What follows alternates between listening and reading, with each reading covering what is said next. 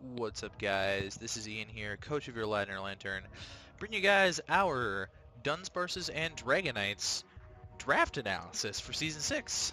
I'm really excited about this league, to be honest. I've heard a lot of good things about it from my good friend Cade, and I've been getting pretty close with the owner of the league, Dylan. I watch his streams pretty consistently, and we talk pretty often, so I was really excited to be invited and be allowed in.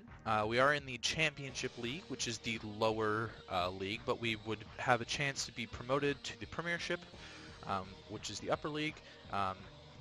If we were to win playoffs, there's various scenarios. I think there's like three different ways to get in, because 3 teams get promoted and 3 teams get relegated.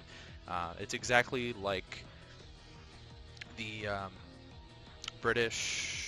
I don't want to. It's football. It's football. It's not soccer. It's football. It's the British Football League, the Premiership, and the Championship League. I don't know. My grandpa talks about it all the time, so I know how it works. But yeah, so that's the idea. This was a tiered draft with 620 free points because there was a tier 0 for some of the broken things, or at least the most overpowered things. Things like Jirachi, Celesteela, Naganadel, Victini, that sort of stuff was in tier 0 for 220 free points. And Megas were introduced not in their own Mega tier, but into the regular tiers, so you had the option to not pick a Mega at all. Some people did opt into not picking a Mega at all, but they were just spread out through tiers 1, 2, and 3, I believe. So, you know, it was it was a different style of draft than I was used to, and I enjoyed it immensely. And I think we got a pretty decent team, even though we got killed many times. If this was Call of Duty, we would have been sniped many times, many respawns. So going in around 1, I had a sample draft that I'd laid out for myself that involved Rain and Tapu Koko Halucha. But the first pick overall was Tapu Koko, even with Naganadel up. So we got sniped on Tapu Koko. Then we got sniped on Jirachi by Caleb. We got sniped on Tapu Koko by Jason, sniped on Jirachi by Caleb. And then, because we were the 14th pick overall, I really wasn't expecting to get those anyways because we were 14th. But we did get something that was on my list of things to use that I'd never tried in a league before. So we grabbed ourselves Mega Medicham. Mega Medicham's pretty cool. I'm a fan. It hits really hard. I know it's only got a base 100 attack there, but Pure Power doubles that, I believe, so it's a base 200 attack, which is absolutely insane. And then you put attack investment on top of that, and you're looking at like hitting things ridiculously hard. There are few things that can wall Mega Medicham in the entire game. Very few things. What Mega Medicham lacks severely is bulk and speed. It's got a very average speed with 100. It's technically above average, but in Draft League format, you're not going to see a lot of the below average speed tier mons. So it struggles against other base 100s typically. It struggles against mons above base 100, so we're going to have to patch that up later in the draft. Speed Pass is allowed, so potentially looking at that, or looking at Sticky Webs to slow them down. Obviously, Sticky Webs is less reliable because of all of the hazard removal running around now, especially since this is an Ultra Sun, Ultra Moon League. So everything in their grandma got defog. So that's kind of the idea with Mega Medicham. I was not prepared, clearly, so let me just bring up my nicknames, and then I can talk about those as well. There we go. Mega Medicham is going to be named Aladdin, probably be a male, because I think it's very, Arabic sort of thing going on there, and I think it's kind of neat, and we're going to call him Aladdin. That's kind of the deal. Yeah, so then the next round, because we were 14th, we were really close to the wheel, so we got around to the next pick, and I thought that for sure this was going to go the next round, so I wanted to grab it as early as I could, and we ended up grabbing Zapdos, our Hawkeye. It does get pressure and static, although the only reason you used to run pressure on it was because you had to have pressure to use Defog, but now Zapdos can learn Defog through Move Tutor, so it can be static. Pretty cool. Good special attacker. It's pretty bulky burb. It it resists flying types at least. So we have something to take on the flying types that threaten Mega Medicham. Same speed tier though, which I'm not as thrilled about.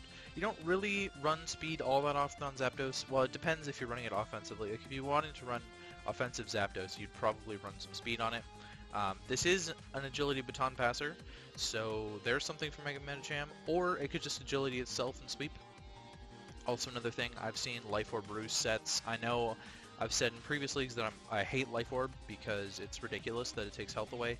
But if you have reliable recovery, or if you have like Regenerator or something like that, then Life Orb is really good. So that was Burb. We're naming it Hawkeye because Cade suggested that, and I think it's a really cool idea. That's pretty much it. So the next round, round 3, again we had to come all the way back, so there were a ton of picks that went through. I was really looking at Mimikyu because I love using Mimikyu. At the moment it's the kill leader in the UPPA for me. It's also in the top 10, tied with Magerna on my team in League of Extraordinary Trainers, with 8 I think in that one. But it's got like 16 or something in UPPA, so I really wanted to use Mimikyu again, and of course I got sniped by Caleb. That's a trend, Caleb sniping me. So instead, near the end, I wanted to grab some hazard setting. I also wanted to grab a tier that was faster than what I had, so we grabbed Scolipede. Scolipede is really fun. It's another speed boost baton passer. It's not an agility baton passer, but because of speed boost, it can just baton pass instead of wasting a turn doing that sort of thing. So you can like protect, get a speed boost off, baton pass into Mega Medicham on their switch or something like that. It gets spikes and toxic spikes, which is really cool. It gets Swords Dance. It's actually a relatively hard hitter with the base 100 attack there. It can't take hits very well, but it deals out a lot of damage really quickly. It's also a really good fairy killer. Something that Mega Medicham kind of lacks, to be honest, because outside of Bullet Punch, Mega Medicham's not very good at killing fairies, but to clean up things like Clefable and things like that, Scolipede's really good at that, good poison stab, so it's always useful to have a poison type on your team. I can suck up Toxic Spikes with this too, that's kind of cool. Scolipede's going to be Seabad Power, because I didn't really have any other good ideas, and I love being a Crimson Seabad sub, and that emote is kind of cool. If I had Arcanine, that thing would be named Seabad Smug, absolutely. 100% of the time that would be named Seabad Smug. Round 4, again, we're coming back to me. I found that a lot of the fairies I wanted were taken, so I thought it was high time that we grabbed pretty much the last good fairy that was on the board, to be honest. It's another hazard remover, and it's another ground immunity, which is cool, in Togekiss. So I'm excited to use Togekiss. It was on my list of things. Very specially bulky mon. It's actually fairly good physically bulky too, and it's a great special attacker. Flinch things to death. That's pretty much what it's known for, is flinching things to death with Air Slash. Air Slash Serene Grace, that is. I have this idea of a theory crafted like Bandit Extreme Speed Hustle set in my head. I don't think it's gonna work. I might bring it if we're like memeing, if I'm out of the playoffs or something and I'm memeing, or I'm confirmed for the playoffs and I'm memeing, something like that. I think Super Luck is actually kind of underrated for Togekiss, mostly because you're usually not fast enough without a Scarf to destroy things with, but I think Super Luck could be really cool, and I'm kind of looking at that. I don't know, we'll see what's going on. Z Defog plus Super Luck is kind of a thing. It ups your crit chance, and Super Luck already ups your crit chance. So that might be a neat set to run with there. Round 5, I was looking at a bulky water, got sniped on my Lodic by Mr. Superstar, which is relevant later because after the melodic snipe I decided to save my bulky water for later. I was looking at things like Jellicent. And then I got sniped on Darmanitan by Caleb because I was looking for a fire to start my Fire Water Grass core. Obviously I only have the fairy of my Fairy Dragon Steel core. I left these cores really late, and it actually works out in the end relatively well, so we'll talk about that when we get there. But so I did get sniped on Darmanitan, but I managed to get Chandelure, which was the other fire type that I wanted. Again, you're seeing a trend here of me picking the same speed tiers, which is not good, but I kind of patched that up later, which is nice. Chandelure is a fantastic fire type. It's also good that it's ghost. So I now have 2 flying stabs and 1 ghost stab. Ghost and Flying are pretty much the hardest things to switch into in Draft League, because generally you have things that can take the other hits, but the only thing that really resists Ghost is Dark, and not all of the teams have a good Dark type, and Flying, which is resisted by Steel and Rock, and generally Flying spam hits those things like decently well after a lot of chip from something like a good fire type like Chandelure, for example. Oh, Togekiss is going to be named Flinched. I totally forgot about that, but I thought it would be hilarious. Yeah, Chandelure's got a ridiculous special attack stat, base 145. Besides that, it doesn't have the greatest things going for it. Again, it's kind of slow. It's a good Scarfer, just like Togekiss is. Both of them are really good Scarfers. Flash Fire is a good fire immunity, so already I have a fire immunity. Infiltrator, I can go through subs. Flame Body potentially, burn things. If I'm running like defensive Chandelure, which isn't the greatest idea ever, but you know, it does get a little like fair bulk on the defensive side, just not in the HP. Round 6, I was looking for a spinner because I don't want to have to be defogging away my own spikes from Scolipede all the time. Keep in mind I don't have a rock setter yet, so we'll get to that in a bit, but yeah, so I want a good spinner, and I grabbed Cryogonal. Pretty much the best spinner I could think of. It is weak to rocks, obviously, but as a round 4 pick, picking up an ice type is really good. It's a good speed tier for my team as well at 105. Really specially bulky Mon, decent special attack stat to be completely honest with you as well. Good freeze dry user. There's not a lot that stops offensive ice types in the first place. And the fact that it gets spin and defog now is a little bit ridiculous. So I have a ton of hazard removing options right off the bat here. I think I have 4 hazard removing options already, or at least 3 hazard removers with 4 hazard removing options. Again, we're lacking on the hazards ourselves right now, but we'll fix that in a bit. I was happy to grab Cryogonal, very happy to grab Cryogonal to be completely honest. It just sort of made sense to me, and I've never used Cryogonal myself again. I've seen a lot of people use it. I've seen some really cool sets of Cryogonal. It gets Aurora Veil, things like that are really cool. Aurora Veil for like Scolipede setup would be really neat. Aurora Veil for like Togekiss setup would be really neat. Zapdos setup would be really neat. Yeah, so that's kind of the idea with that. Oh, Chandelure is going to be named Lumiere. I totally forgot about that. And Cryogonal is going to be named Morgan after the coach of the Canada Cryogonals in this league because I stole her mascot. So, sorry, Morgan. By the way, if you're watching this, I didn't mean to do that, but I really wanted Cryogonal. Next up, I grabbed my Bulky Water. Melodic was gone, and I needed a budget Bulky Water. And I was looking through, and I'm like, Jellicent looks really nice, and then I saw this monster, and I was like, I could start a regen core. So I picked Alomomola, which is really fat. It's a good wish passer, especially for wish passing into things like Chandelure, which can get low really easily. Wish passing into things like Mega Medicham. Obviously, Zapdos and Togekiss both have their own reliable recovery and roost, but Mega Medicham, wish passing into Mega Medicham could be really good later. The fact that it gets a regenerator is also really good.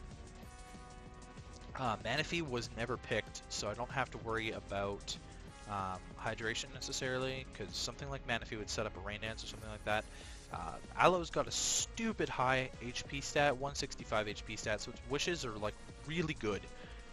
In my mind, it's the best wisher in the game, outside of like Blissey Chansey, which have higher HP stats, but nobody picked either of those either. So I think out of the entire draft, this is by far the best wish passer, and I grabbed it round 7. So it's nice to have a cleric. It's also a knockoff user. I think my only knockoff user so far. I'm not entirely sure on that. Knockoff's one of the moves that I haven't looked into too much since Ultra Sun Ultra Moon. It's got a reasonable attack stat at 75. It's got a horrible special attack stat at 40, so I don't know why people run this thing like Mono Scald, pretty much only to get the burn. I'm imagining the only reason that people run it. I run this thing in UU on like every single team as a physical wall, and all we have on there is Scald, and it's stupid. Anyways, I don't want to get into how dumb Alomomola is, but we drafted it, so we're gonna run with it. I don't care about drafting fat stuff versus hyper offense every single time. I love my balance, and Alomola darts are bulky Pokemon, because honestly we really didn't have anything that bulky outside of Zapdos until Alomomola, so I'm happy to get this. Round 8, I saw we were sort of delving into the start of Tier 5, and I really wanted to grab this Tier 5. This Tier 5 started to make... oh, Alamomola's going to be named Mom. Before I get anywhere, there's Mom right in the middle, because it's a thing. One of those words that are both... I know the word, but I can't remember it off the top of my head right now. Yeah, that's Alomomola. So Alomomola is also the water to our Fire, Water, Grass. So we have Chandelure, Alomomola, and Togekiss so far. And now I want to grab the Steel. I wanted a really good budget Steel type. I also wanted something that could set up Stealth Rocks. And in my mind, the best Tier 5 of the entire game in Steelix. This thing has a massive defense stat at 200. It's reasonable attacker as well. It is very, very slow. But something like Sheer Force, Rock Slide, Sheer Force, Stone It. I don't know if Stone It works with Sheer Force, to be completely honest. But it's a good rocker. It's a really good defensive check to... what am I thinking of? To Dragon types. It's also a really good defensive check to Fairy types. Not as good, because obviously it is more physically defensive than specially defensive. But picking up a really good physical wall, I'm super happy with Steelix. Next up, I was kind of wary on me getting sniped on this one, because round 9, people were really picking up their... I thought that they would start picking up more of their free picks, but they ended up following my lead and going for a lot of tier 5s. So I ended up getting Zygarde 10%, basically with no contest. I thought this thing would be a lot more well looked at, especially after Zygarde 50% went round 1, and we had a talk in the general chat about... We were talking about... what were we talking about? We were talking about a lot. We were talking about 1,000 arrow spam, I think, and so I was really interested in Zygarde 10% myself. I'd been looking at it from the beginning of the draft. It was in my plan, and I was really happy to grab it at round 9. I think that's a pretty good budget spot. It's probably about average, actually, for picking up a Zygarde 10%. It's the fastest thing that we've picked up so far at 115. I know that's not really saying much, but with Scolipede you can pass speed into anything, right? And so that's what really excites me. Banded 1,000 arrows. There's no switch-ins to Banded 1,000 arrows. Literally none in the game. Like Tangrowth is pretty much the only thing that even checks that, but nothing is immune to it, right? So that's sort of the idea.